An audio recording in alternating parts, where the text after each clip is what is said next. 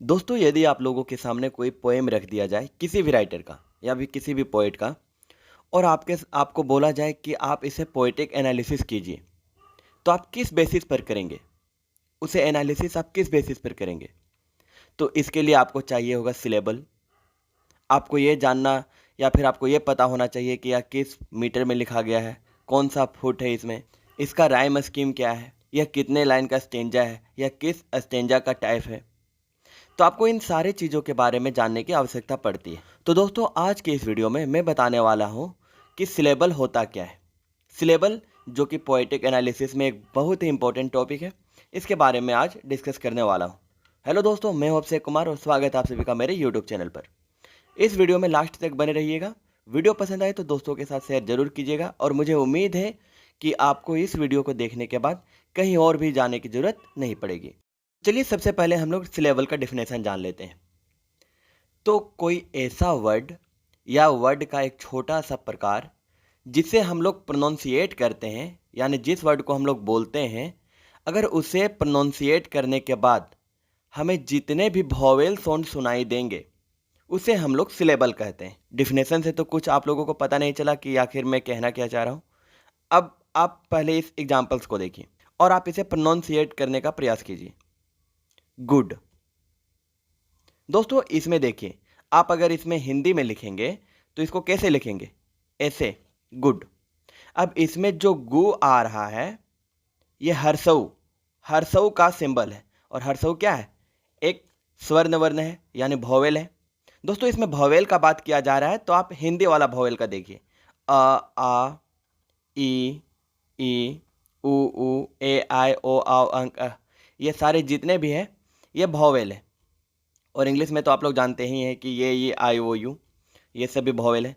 लेकिन इसमें कहा गया कि अगर हम इसे प्रोनाउंसिएट करें, अगर इसे हम बोलने का प्रयास करें, जैसे गुड, तो बोलने के टाइम हमें जो भी वोवेल साउंड सुनाई देता है, जैसे हम लोग गु बोल रहे हैं तो इसमें उ वोवेल साउंड हम लोग सुन पा रहे हैं, तो इसी को हम लोग सिलेबल बोलते हैं। एक और आप शब्द समझिए, एक और वर्ड लीजिए, जैसे बैट। बैट में हमें ये वर्ड सुनाई दे रहा है, और ये क्या है? ये एक वोवेल है। इसके बाद एक और एग्जाम्पल लीजिए आप लोग, रिच। अब रिच में दोस्तों, हम लोग रिच जब पढ़ रहे हैं तो री में हमें हर्षई की मात्रा दिखाई दे रही है। सॉरी, दिखाई नहीं दे रही, हम लोग को देखना ही नहीं है, हम लोग को सुनना है कि री बोल रहे हैं तो हम ई भी साथ में उच्चारण कर रहे हैं। और ई चूंकि वोवेल है, इसीलिए इसमें एक सिलेबल है। तो यानी कोई भी वर्ड या फिर कोई भी वर्ड का एक छोटा सा पार्ट जिसे हम लोग प्रोनाउंसिएट करते हैं, और उसमें हमें जितने भी वोवेल वर्ड सुनाई देते हैं, उन सब को हम सिलेबल बोलते हैं। तो अगर आपसे पूछा जाए कि गुड में कितने सिलेबल है, तो केवल एक सिलेबल आप बोलेंगे। बैट में कितने सिलेबल है, तो इसमें भी केवल एक सिलेबल है। एक सिलेबल है से कहने का अर्थ है कि हम इसमें से केवल एक वोवेल साउंड को सुन पा रहे हैं। इसके बाद इसी तरह रिच में हम लोग कितने वोवेल साउंड को पाते हैं, तो इसमें भी एक वोवेल साउंड को पाते हैं, यानी कि यह भी एक सिलेबल है।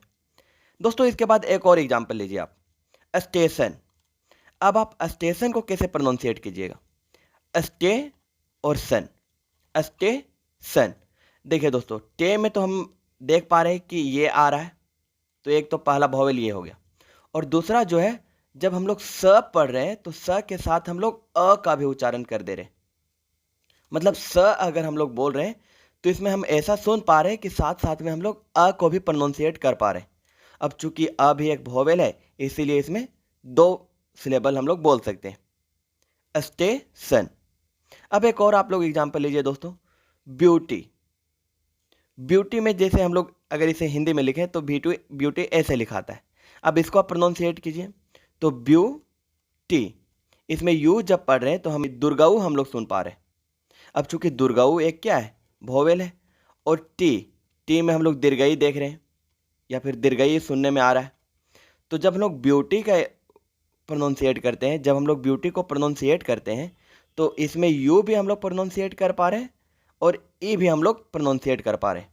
तो इसमें दो वोवेल साउंड हम लोग सुन पा रहे हैं, इसीलिए इसमें दो सिलेबल हो जाएगा। इसके बाद एक और एग्जांपल लेते हैं दोस्तों, अलोन का।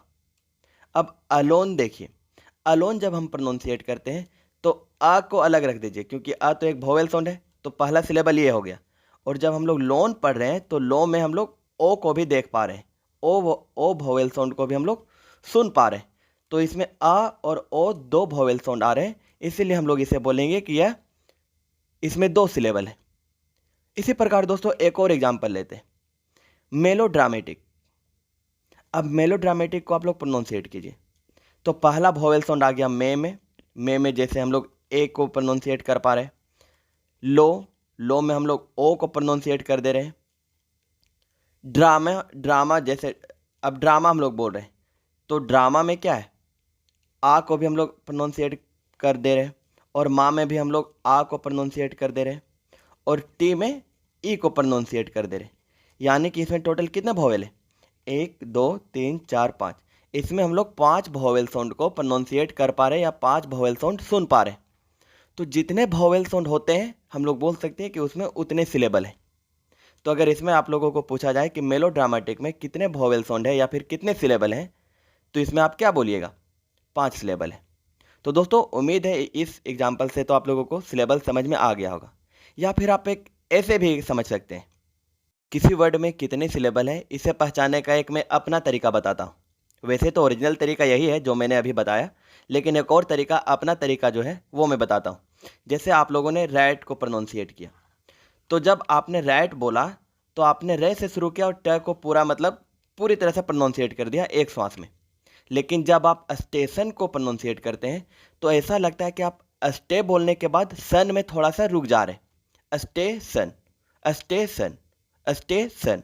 इसी तरह से ब्यूटी, अगर आप ब्यूटी बोल रहे हैं तो हल्का सा आपको ब्यू में भी जोर लगाना पड़ जा रहा है और टी में भी जोर लगाना पड़ जा रहा है। यानी आप इस दो वर्ड को दो गैप में लेकर के बोल रहे हैं।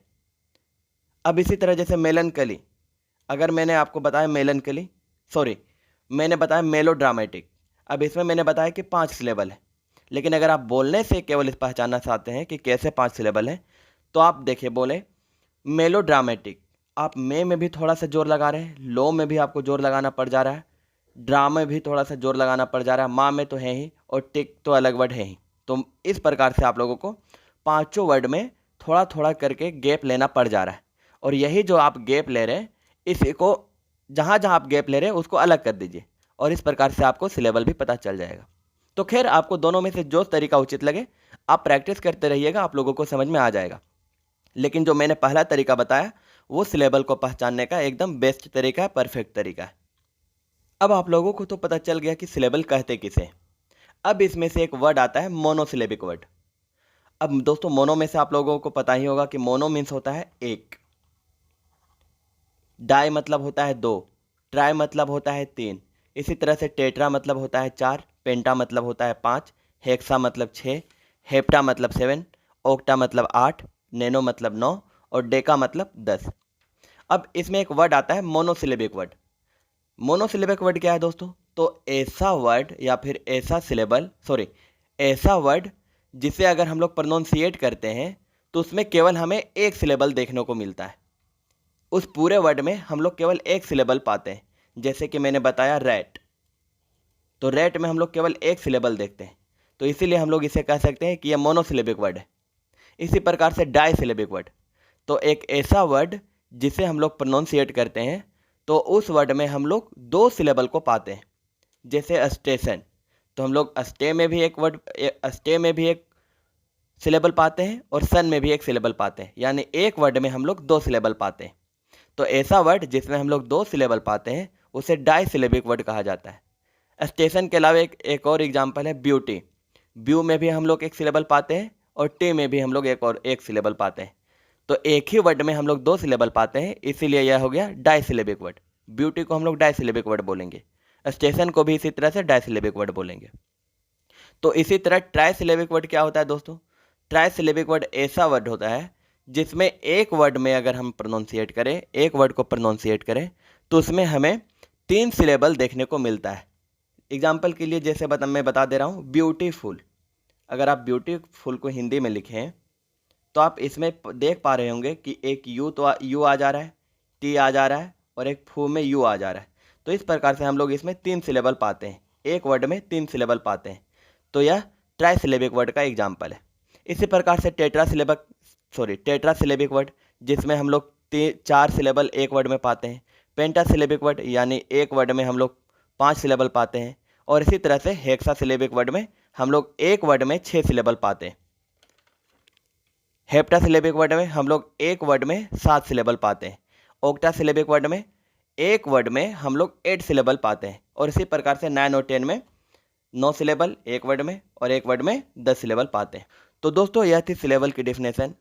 मैंने अपनी तरफ से पूरा समझाने का प्रयास किया है और उम्मीद है आप लोगों को सिलेबल समझ में भी आ गया होगा। अब आप लोगों को पता चल गया होगा कि किसी भी वर्ड का सिलेबल कैसे निकालते हैं। वीडियो पसंद आए तो वीडियो जरूर शेयर कीजिएगा दोस्तों के साथ। चैनल को सब्सक्राइब करना मत भूलिएगा। इसके नेक्स्ट वीडियो में मैं सिलेबल से ही रिलेटेड काफ़ी सारे वीडियो और भी बताने वाला हूँ, तो वीडियो में बने रहिएगा।